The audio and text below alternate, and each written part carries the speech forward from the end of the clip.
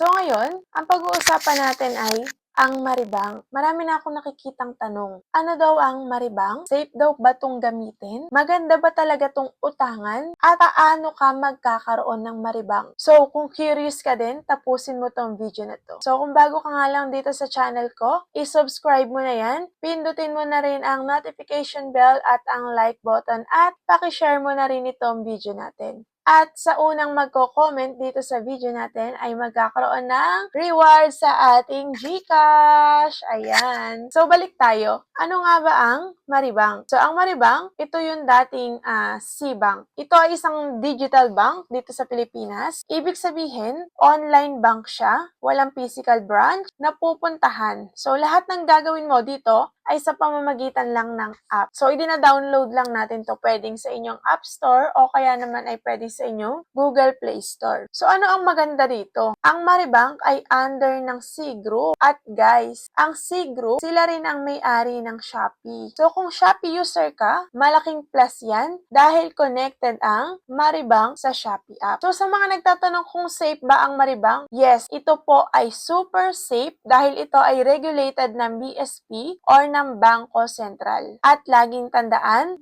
may bank level security, may deposit insurance na halagang 500,000 under PDI. So, hindi ito basta-basta lang app ha, tunay siyang bangko. So, safe ito kahit na yung pinakamaliit na sentimo ninyo hanggang sa pinakamalaking sentimo ninyo. So, ano yung mga serbisyo na meron kay Maribank? So, bakit marami nang gumagamit ng Maribank? Kasi nga guys, unang-una, ito ay isang saving account. So, pwede kang mag-ipon dito ng super safe at hindi ka kakabahan. Ang maganda, mas mataas ang interest kumpara sa mga traditional bank. And unlike sa ibang online app bank na kapag naglagay ka ng pera, halos wala naman ding tinutubo. So, dito po sa Maribank, araw-araw may porsyentong nadadagdag sa savings mo. Diba? Napakabongga nun, guys. So, pangalawa, ito ay super easy transfers. Madaling mag-transfer ng pera papuntang ShopeePay o pabalik. So, kahit saan mo gustong mag-transfer, bank transfer or GCash transfer. At ang maganda pa dito, meron siyang 15 free na transfer. 15 free na transfer, wala kang babayaran na processing fee. Unlike sa ibang app na merong 15 pesos, di ba?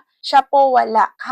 Up to 50,000 po yung pwede nating isend ng isang transaction na walang transaction fee. Super nice, di ba? Pangatlo, meron siyang Marie Credit or yung Marie Credit Loan. Ito yung madalas na itanong dito. Maganda ba siyang utangan? So, guys, kapag sinabi naman nating loan, malamang ito ay isang utangan. So, maganda nga bang utangan ng Maribank? So, totoo lang okay siya. Okay? Base na rin po sa experience ko. Ayan, kasi ako ay na-opera ako ni Maribank. Super ganda po niyang utangan kasi mas maliit po ang interest niya kumpara sa ibang online loan. Okay? Meron siyang short term, meron siyang 3 months, 6 months, 9 months, and pwede ring 12 months. So, magagamit natin sa emergency kung tayo ay mo-opera ng Marie Credit or Marie Loan. Gawin mo lang kung alam mong kaya mong bayaran. So, reminder, utang wisely guys. Okay? Hindi po natin ito pera. Utang po. And kapag sinabi nating utang guys, kailangan nating bayaran. So, wag kang uutang kung pangluho at wala ka namang inaasahan na pambayad. So, paalala lang po yun. Kaya ito naman po yung mga paalala sa paggamit ng Marie Credit.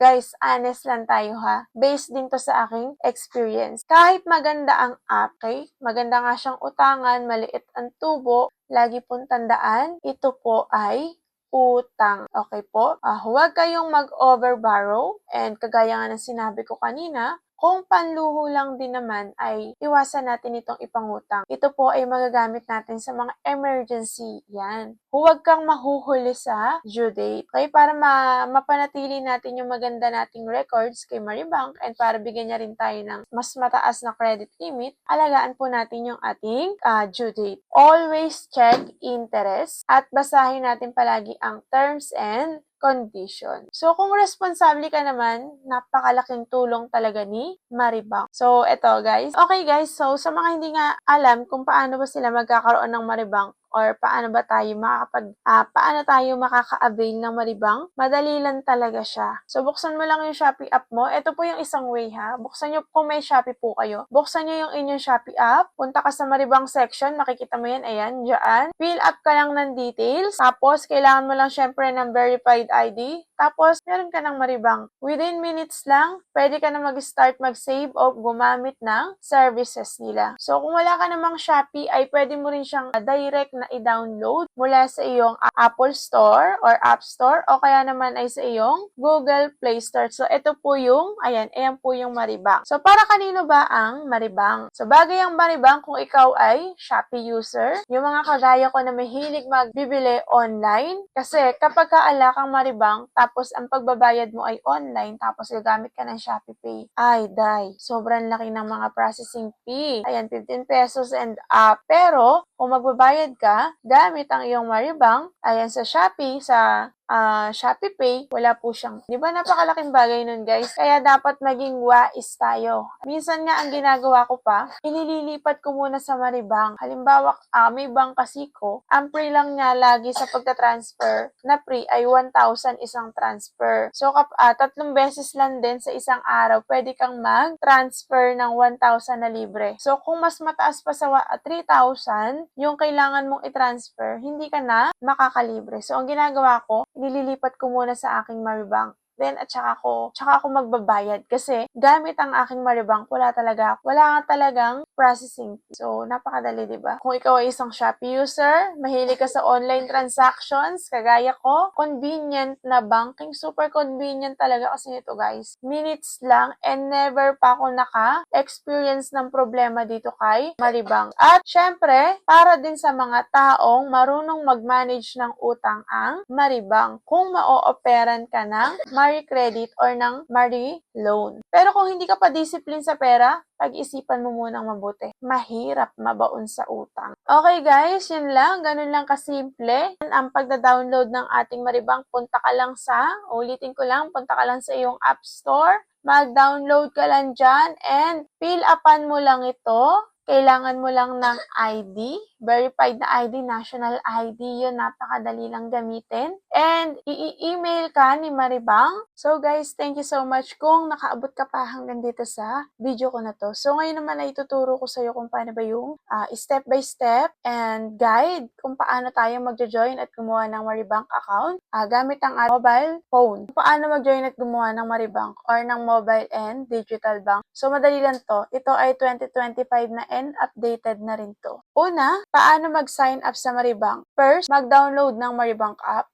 Punta ka lang sa Google Play Store mo or kapag Android ka o kaya naman ay sa App Store kung ikaw ay iPhone or Mac. Hanapin ang Maribang PH or C-Bank app at i-install mo na ito sa iyong cellphone. Number 2, buksan ang app at simulan ang sign up. Pag na-open mo na ang app, piliin ang sign up o create account. May iba't ibang paraan para mag-sign in. Madalas ay gumagamit ng mobile number or ng email para ma-login or magkaroon kayo ng verification. And pangatlo, ilagay ang iyong personal na impormasyon. So, ilagay ang buong pangalan, mobile number, email address, birthday, at iba pang detalye. So, mas mabuti kung tama at tugma sa iyong valid ID yung mga ilalagay mo dito. Pang-apat, yung ating verification or yung ating facial verification. Dahil ito ay bank account. So, kakailanganin mong magsagawa ng facial verification or selfie-selfie at upload ng iyong valid ID. Usually, may prompt ang app na ito. Ang app para dito. So, valid IDs examples ay passport,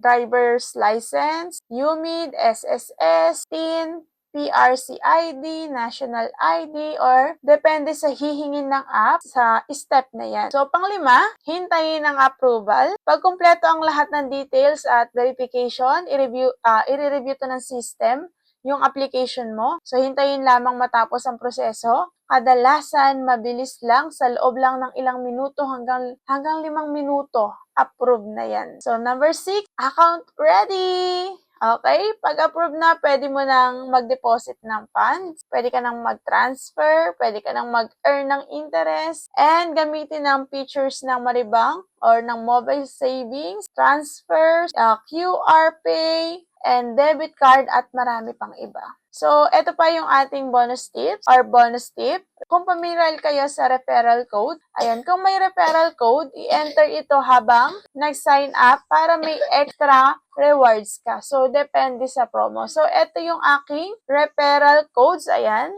I-enter mo na yan kung ikaw ay ngayon palang gagawa ng iyong Maribank. So, kung pwede rin mag-open ka ng Maribank via Shopee app, at i-link ito sa iyong Shopee Pay para mabilis gamitin for payments at transfers. Madaling mag-open ng account. Usually, kailangan mo lang ng one valid ID at yan lang cellphone mo. So, yun lang guys. Thank you so much sa panonood. And kung nakatulong sa iyo ang video na to, mag-like ka na, mag-share, mag-follow, and mag-subscribe. At mag-comment ka na rin kung meron ka pang tanong about kay Maribank o ibang digital bank. Salamat sa panonood and ingat sa pera at see you next vlog.